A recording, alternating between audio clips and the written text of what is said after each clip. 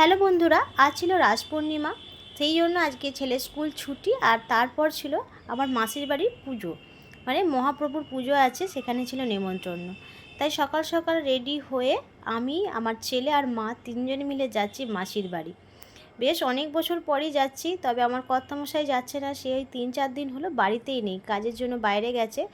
তাই আজকে টোটো করেই যেতে হচ্ছে মা ছেলেকে, আর সঙ্গে নিয়েছি মাকে। এই হলো দামোদর নদী, তার ব্রিজ ক্রস করে যেতে হয় মাসির বাড়ি।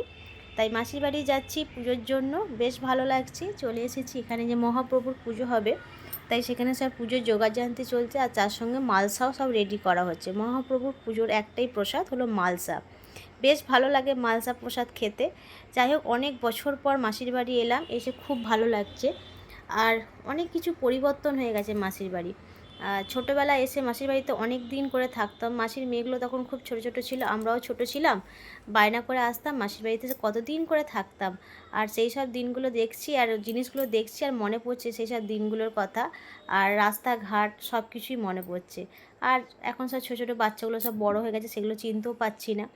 আর এখানে হচ্ছে নাম সংকীর্তন, তার সঙ্গে এখানে বাতাসা মানে ছড়ানো হবে, সেইগুলো হচ্ছে, বেশ আনন্দ হচ্ছে।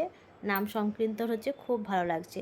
তবে থাকতে পারবো না, আজকেই ফিরবো বাড়িতে, রাত্রেবেলা একবারে প্রসাদ খেয়ে বাড়ি ফিরবো, কারণ কালকে আছে ছেলের স্কুল পড়া, সেই জন্যই আর থাকতে পারবো না। অনেক করেই মাসি থাকতে বলছিল, কিন্তু ছেলের জন্য পড়ার জন্য থাকতে পারছে না, সামনে যেহেতু পরীক্ষা।